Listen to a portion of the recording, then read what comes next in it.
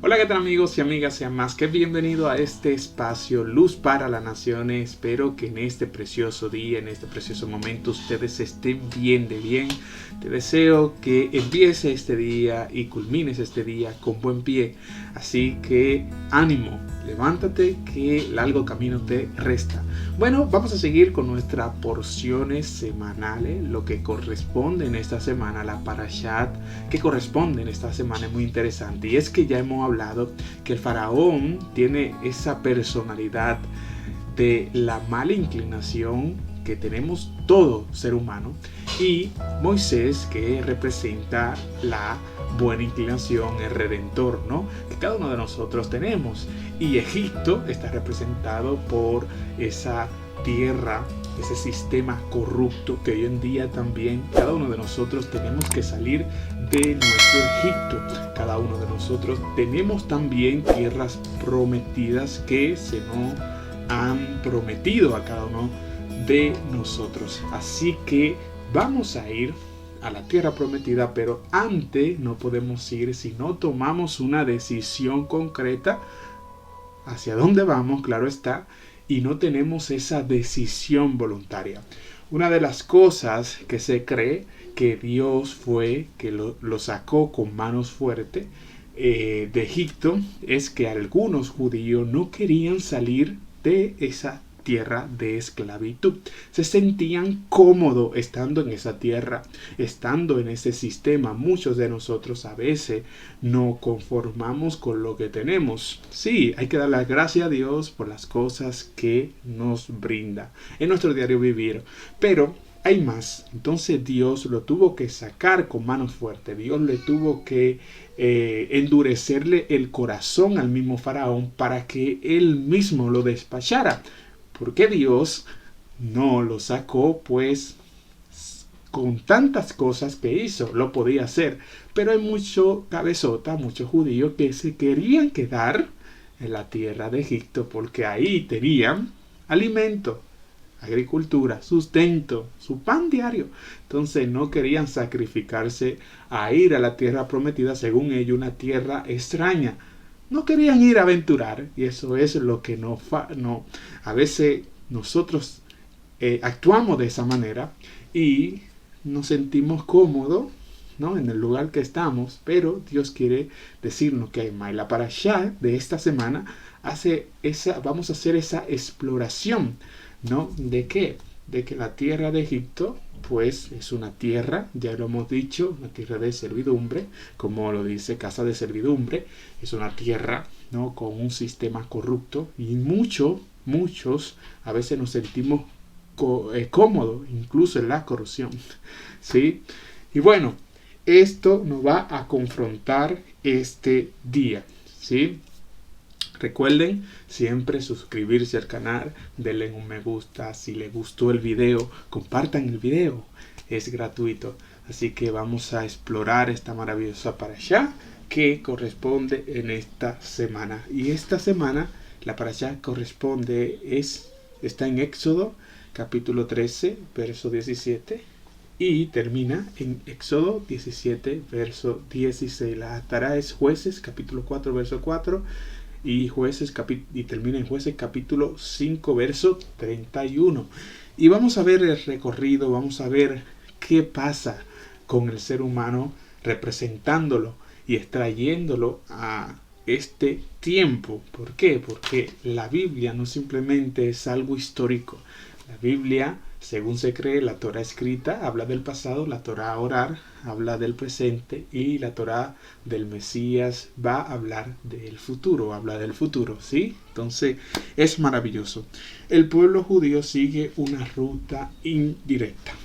Primero, Éxodo capítulo 13, verso 17. Cuando el faraón envió al pueblo, el Señor no lo condujo a través de la tierra de los filisteos, porque era demasiado cerca. Pues el Señor dijo: cuando el pueblo vea una guerra, podría lamentarse y regresar a Egipto, ¿sí?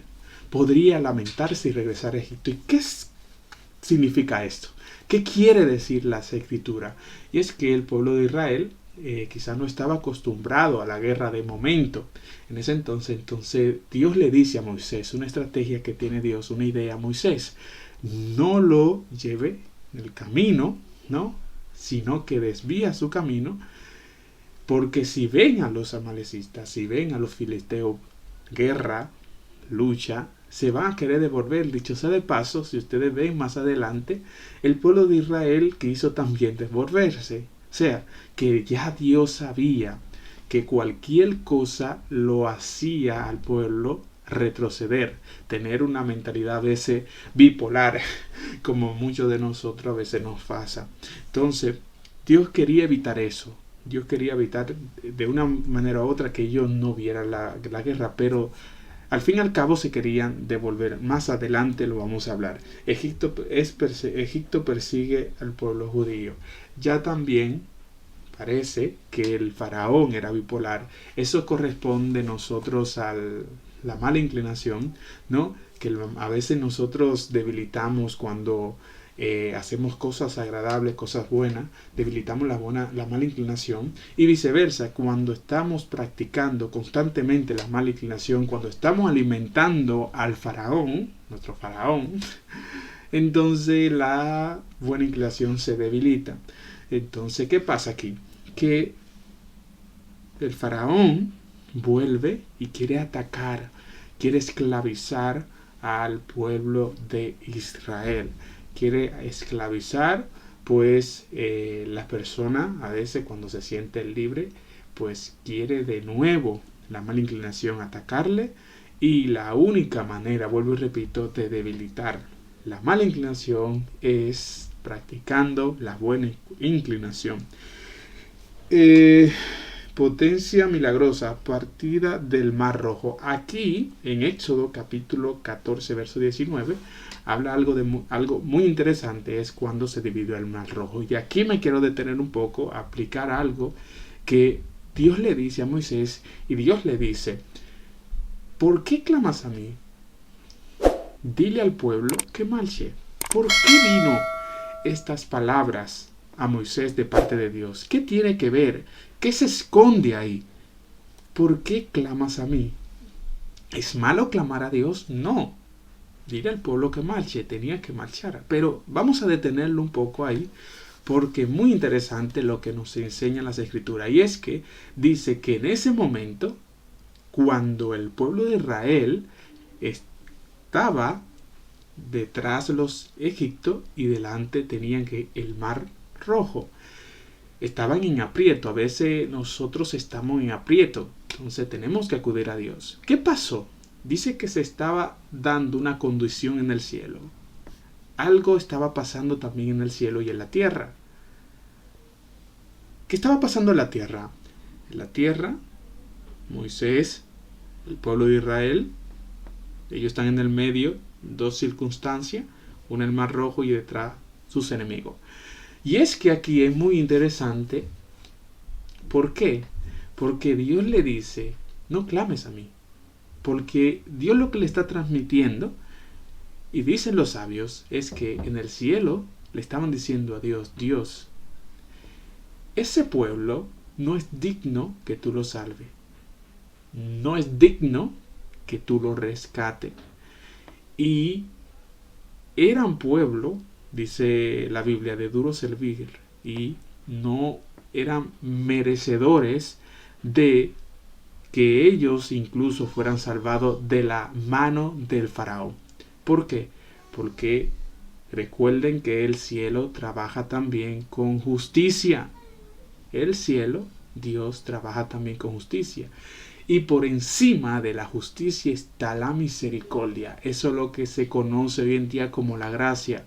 La gracia es aquella palabra que yo la puedo definir yo mismo como algo que cuando un juicio viene, ¿no? Y yo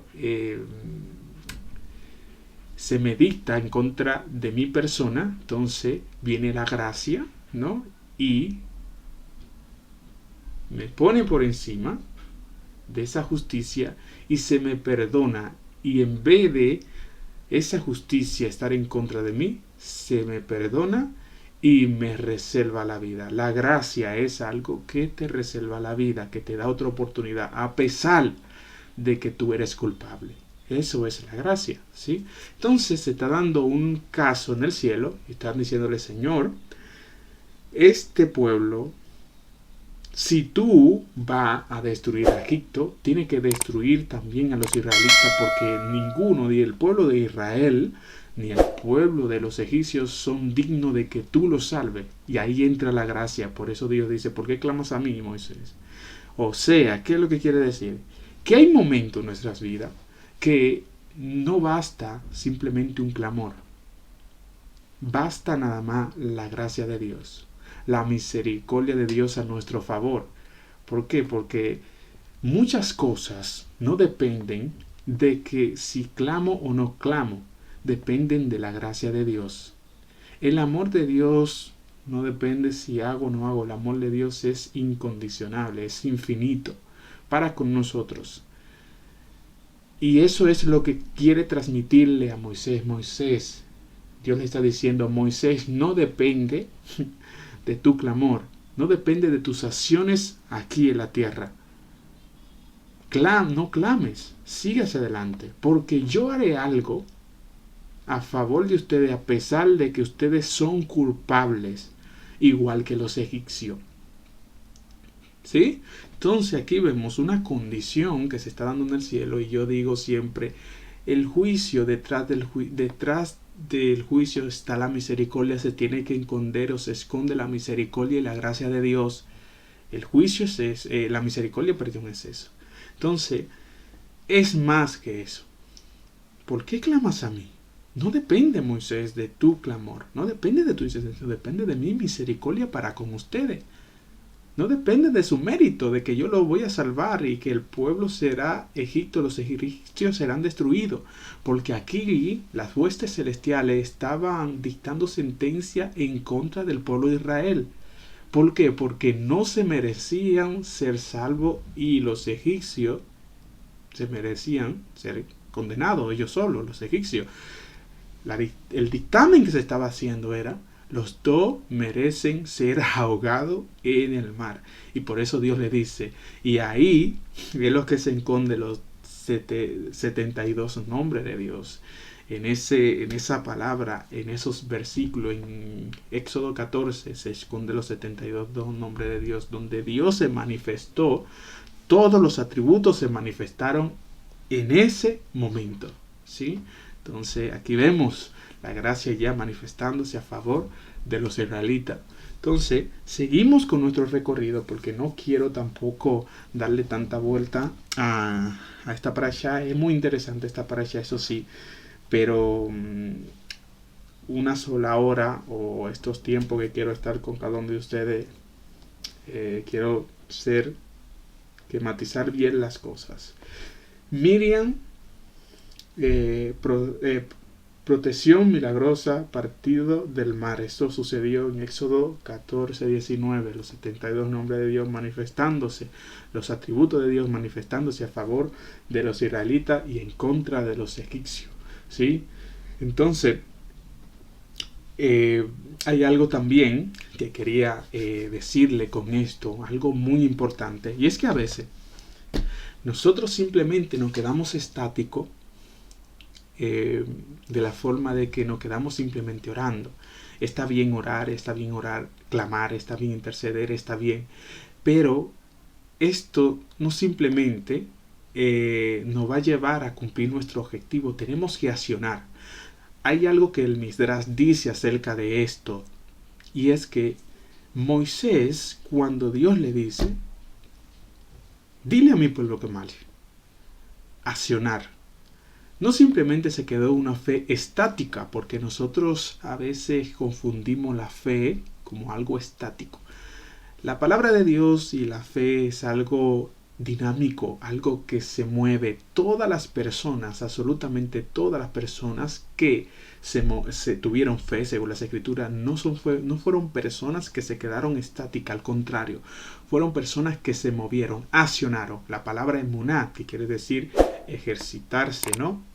En la práctica, se ejercita, ejercitarse, moverse de un lugar a otro para conseguir algo. Entonces, dice el libro Midrash que Moisés, para que se pueda abrir el mar rojo literal, se tuvo que meter al mar. Tuvo que ver Dios una acción tanto del pueblo como de Moisés para que el mar se pueda abrir. No te puedes quedar estático, no te puedes quedar estática. ¿Por qué? Porque cuando tú ves el ciclo de vida, cuando tú ves todo en tu alrededor, nada está estático. Todo está en constante movimiento. Eso no quiero decir tampoco que esté constantemente, ¿no?, afanándote para conseguir algo, sino que tiene que tener unos movimientos pausados.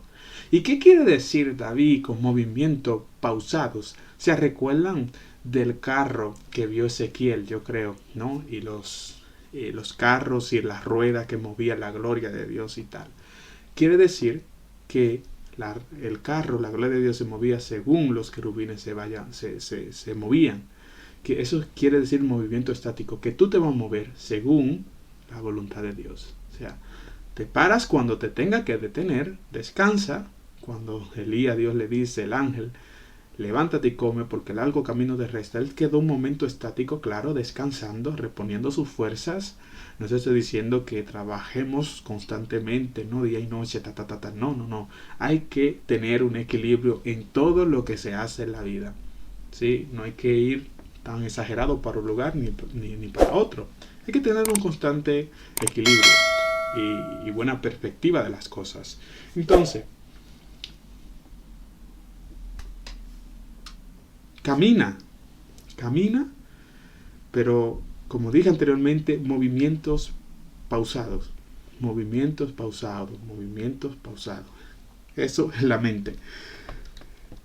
Entonces luego, cuando se abre el mar rojo, ya hemos hablado, Dios actúa a favor de los israelitas y entierra, ¿no?, sepulta a los egipcios. Eso es lo que se quiere con la inclinación al mal, con nuestra inclinación. Eso es lo que se quiere, que nosotros salgamos de nuestro Egipto. Eso es lo que se quiere, que nosotros le hagamos frente a nuestro faraón. Es lo que Dios quiere.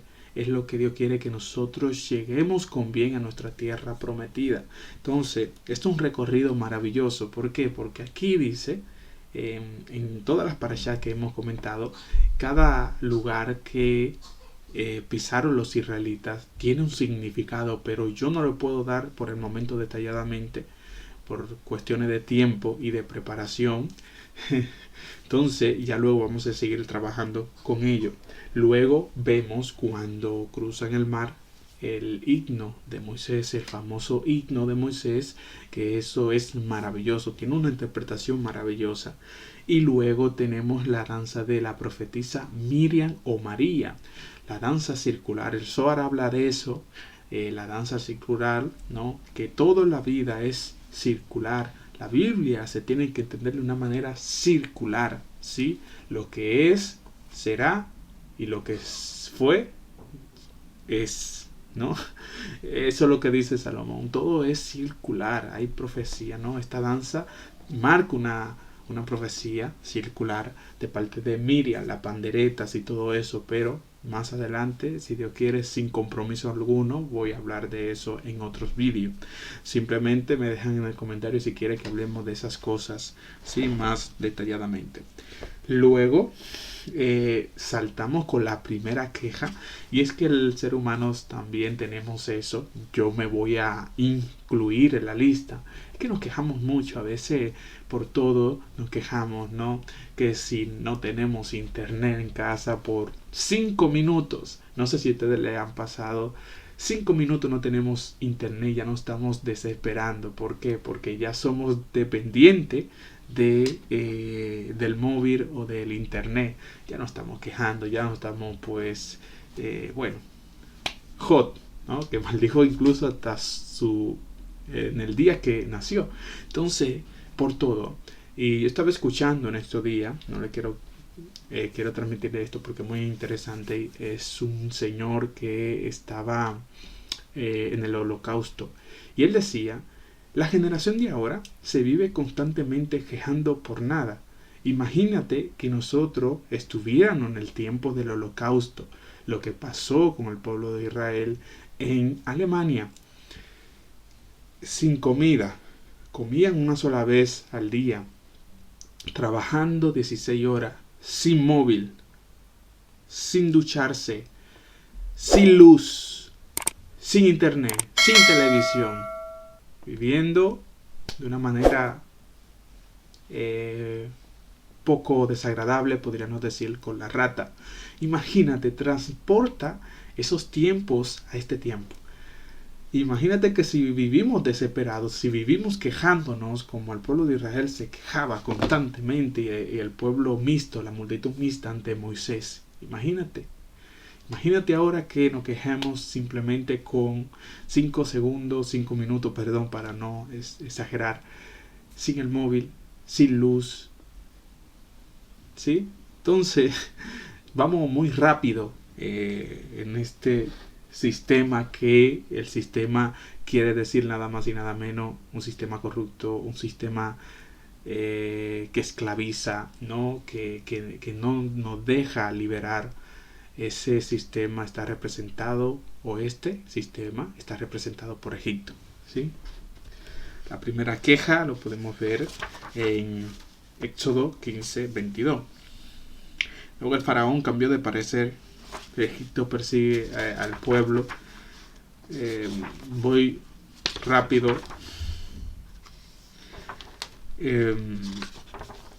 Porque, como le dije anteriormente, estos temas. La primera queja con agua amarga, ya hemos hablado de eso. La segunda queja y reprimenda. Llegan carne y maná. ¿Se recuerdan lo que se desató? Se quejaron porque no tenían carne. Sí tenían carne.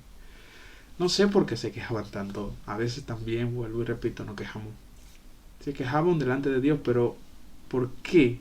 Porque no comieron del ganado que salieron con los israelitas y el pueblo mixto. ¿Por qué no comieron de ese ganado? Si salieron también con ganado, con vacas, con becerro, ¿por qué no comieron de él? No, querían una carne especial. ¿Sí? Entonces, la doble ración del maná. Este Shabbat habla del Shabbat, habla del maná, que se tenía que escoger el maná cada día, cada mañana, antes de que saliera el sol. Por eso es que yo digo, yo creo que Dios a veces, pues con la gente que son media vaguitas, vamos a ponerlo así cariñosamente, no tiene nada que ver. Dios escoge a las personas que están trabajando en su propósito, que están enfocados en su propósito de vida. Las personas que ustedes ven que están enfocados más en lo que hace otro, están criticando a los demás, están constantemente maldiciendo pues su vida, sus días. Esas personas son personas que no han encontrado su propósito de vida. Y es tan tal que critican a otro cuando a su vida le falta acción y aventura. Están constantemente criticando, pensando en las cosas de los demás, metiéndose en las cosas que no les corresponden. Están constantemente ahí pues criticando. ¿Por qué? Porque a esa persona le falta algo, quizá, que el otro tiene. Y esa acción, la persona que están trabajando en su proyecto de vida, en su propósito, no tienen tiempo, literalmente no tienen tiempo para criticar a otro. Están enfocados en levantar su imperio. Están enfocados en ser mejores cada día y no tienen tiempo para perder el tiempo. Esa es la palabra. No tienen tiempo para perder el tiempo. Entonces, esas personas que son proactivas, que siempre están constantemente creando positivamente, esas personas llegan lejos en la vida. Ustedes ven, ¿no? El poder que tiene esa persona y el poder que tiene la disciplina. Entonces, pues, Dios le dice, recojan el maná cada mañana antes de que salga el sol. Imagínense, los vagos ahí pues se quedaban sin comer. Porque el vago se levanta pues a 10 de la mañana, 11, 12, ¿no? A comer y se levanta y se duerme otra vez. O sea, no tiene un propósito de vida, y si lo tiene está bien dormido. Ese propósito está bien dormido. Entonces Dios le dice, levántense temprano antes de que salga el sol, porque si sale el sol y ustedes no se han levantado, se van a quedar sin alimento. ¿Por qué? Porque había en el pueblo había personas que quizás eran medio vagos. Entonces Dios quería probarlo aquí. Trabaja, levántate, persigue tu meta, tus sueños.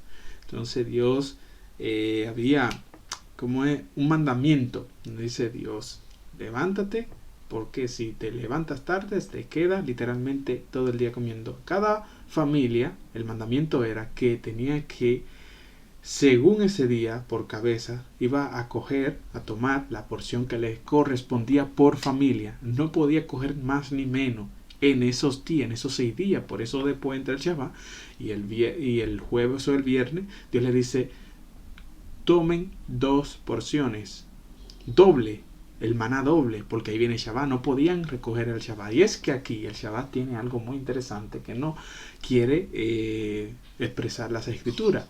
Porque los otros días, si alguien cogía de más maná, al otro día cogía gusano, pero en Shabbat no, había un secreto, ¿no? Otros días, si alguien cogía maná de más, esa persona o ese maná cogía, si no se lo comía en el maná, cogía pues que gusano, pero en Shabbat no. Cuando era Shabbat cogían doble porción y ese duraba hasta el domingo o hasta el sábado por la caída del sol, ¿sí? Había un secreto aquí. Y es que se dice que incluso los que trabajan quizá en la panadería celestial no trabajaban en Shabbat. Todas las huestes celestiales y todo, absolutamente todo, descansaban en Shabbat, no simplemente aquí. Dejaban de reposar, ¿no? Reposaban ese día. Incluso los ángeles que hacían el pan para el viernes y sábado, no trabajaban, ¿sí? Entonces es muy interesante, ¿no? El Shabbat que Dios le dijo que guardaran al pueblo de Israel. Bueno, vamos a dejarlo hasta aquí. Ya hemos dicho que hubo 3 quejas, ¿no? Y una de ellas hizo enojar a Moisés, ¿sí? Hizo enojar al líder mayor, el profeta mayor, Moisés. Entonces, la tercera reprimenda es el ataque de Amalek. El ataque de Amalek. Mire, Amalek tiene un valor numérico muy interesante. El valor para duda es el mismo valor numérico que la palabra Amalek en hebreo. Quiere decir que si el pueblo de Israel estaba constantemente quejándose, dudándose, viene y ¿qué hace? Le ataca a Amalek por la espalda. La palabra duda está relacionada, tiene el vínculo con el valor numérico de la palabra Amalek. ¿Sí? Si dudas constantemente, nos vivimos quejando, viene Amalek y nos puede atacar. Y Amalek es más peligroso que el Satán, porque Amalek no tiene piedad alguna. ¿Sí? Es considerado, según pues la mística judía, Amalek, el espíritu que no tiene piedad de nada ni de nadie. No se detiene para hacer el mal, destruye completamente. ¿Sí? Así que cuidémonos de Amalek. Y bueno, seamos cada día personas proactivas, personas mejores, que ayude a los demás, ser una mente programada para no simplemente tomar, ¿no? Captar para nosotros mismos, sino para los demás. Bueno, shalom y se me cuidan. Shalom, shalom.